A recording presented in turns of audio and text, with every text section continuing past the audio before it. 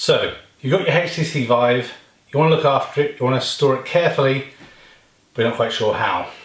So, one idea is to take a padded flight case like this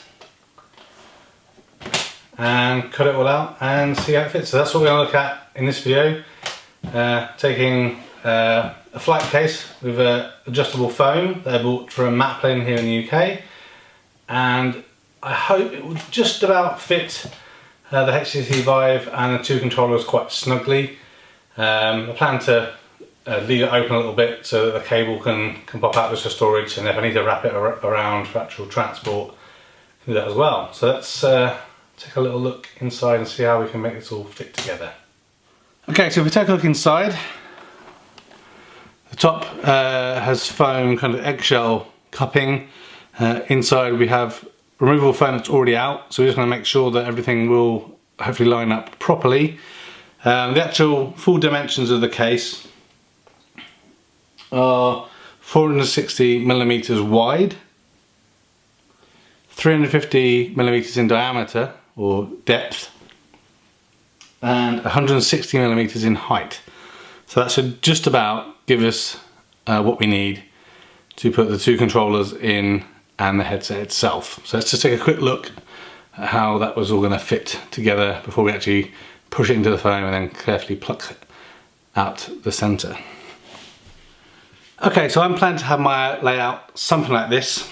So the Vive headset here on the left, and then the two controllers here on the right, and obviously flipping those round to maximise space. So I think obviously the most important thing to get in first is definitely going to be the headset. So when we take that out and we push the foam down, this is where it'll be the riskier part. So let's take the components out, push the foam back in, and then gently lower it in and pluck out the bits that we need. Okay, so we've got the pluck and pick foam in place. What we're going to do is we're going to try and push down on it very gently. We may get a slight indent, but most likely we use something to kind of mark the space out. So in this case I'm going to use some matches here. So we just get those out. You can start to use those as a rough guide. So obviously very carefully, because the whole idea is we're trying to not damage things. So we get a rough idea of the positioning. Okay.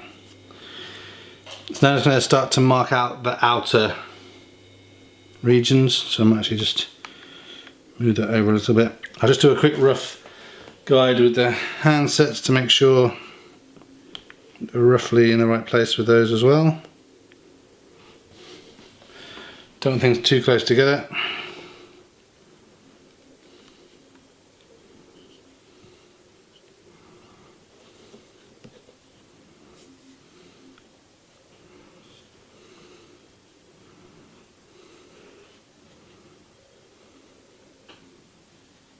Okay. That's reasonably good.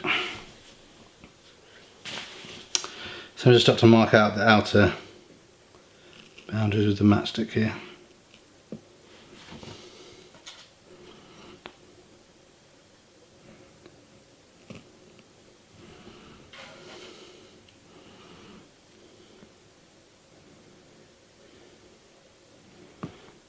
So there are other options. Obviously you could use foam that you cut out yourself to make sure you have, I guess, a more rounded result.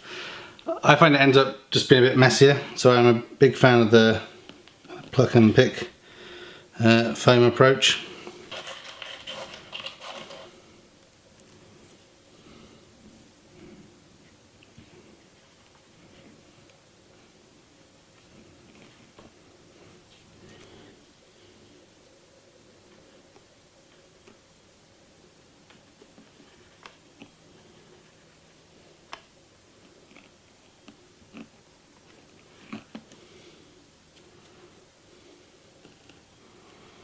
Obviously we don't need it super accurate, because the rough idea is that we're trying to just at least get a reasonably snug fits what we're trying to do here. Okay.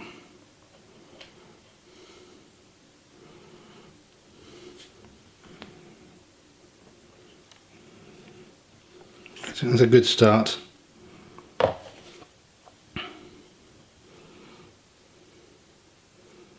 Just starts getting lined up. And literally, once we've done that,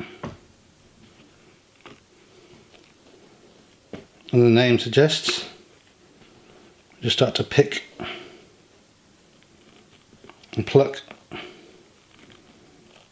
at these cubes.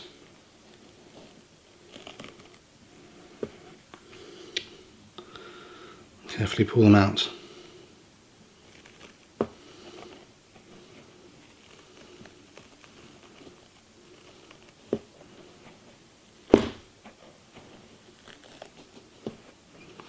This is quite deep.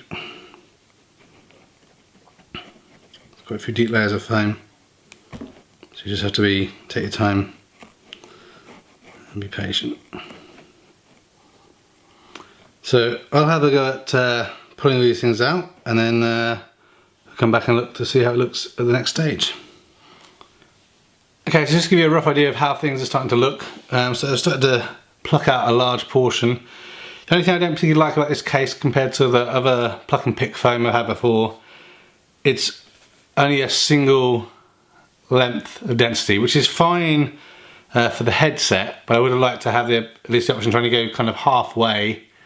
So only, instead of pulling out everything, only going halfway to give the controllers to be slightly rised, or yeah, so rised out of the foam. But we'll see how it goes. The main thing is that it's not rattling around in there, kind of safe in there. So I'll finish pulling out the rest of this pickings and do some test fits and see how it looks.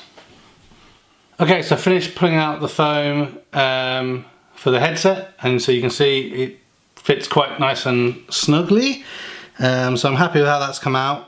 Obviously, like I said before, because of the square nature of the pick and pluck, it's not possible to have a really nice curved finish. But it's functional and it works well, so I'm happy that's come out. Now it's time to have a go at plucking around the hand controllers. So I'll do that now, and then we'll come back to see how it works out. Okay, so that's the first controller in. I've noticed as I'm going through, obviously the areas that I'm plucking out, so the bits that are left over, I might actually lay a few of these flat in the bottom pieces here.